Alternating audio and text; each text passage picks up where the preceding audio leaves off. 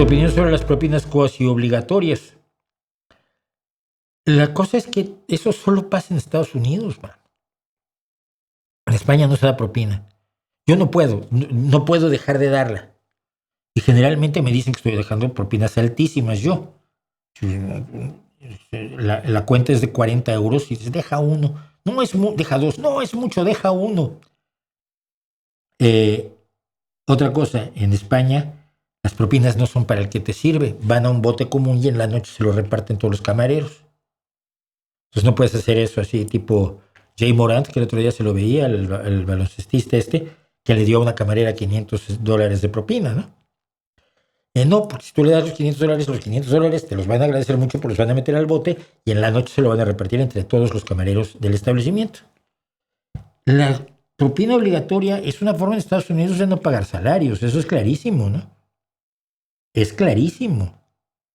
Tú pagas un salario adecuado y no tienes y quitas el 15% obligatorio de propina, que es un 15% adicional que le evita al dueño del restaurante, bar, taquería, lo que sea, le reduce en 15% el salario que le tiene que pagar a sus camareros, ¿no? Yo creo que tienes razón en ese sentido, ¿no? La obligación de pagar un salario digno es del patrón. Otra cosa es que si a ti te tratan bien y por todo esto, le des una consideración, pero por eso, no por obligación, porque te han tratado muy bien, como cuando invitas, yo en 3 o 4 veces en mi vida, en lugares así muy, muy finos, me ha tocado decirle al chef, oye, que salga, ¿no?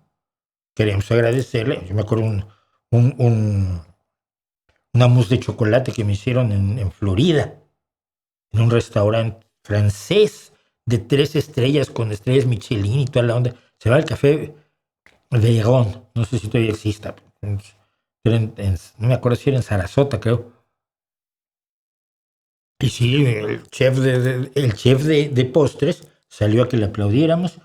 Luego otra vez, también en Florida, teníamos un chef maravilloso en un hotel donde teníamos una reunión de escritores. Y entonces se reunía con los cubanos a intercambiar recetas de sopa de frijoles y el día siguiente le hacía sopa de frijoles a la cubana. Maravilloso el tío. Era un tejano gigantesco, con sus hombros de este ancho, 2 metros de alto, hablaba con voz de pito. Lo recuerdo con muchísimo cariño. Fíjate, cómo el arte culinario también te puede dejar esas memorias. Qué bonito, ¿no?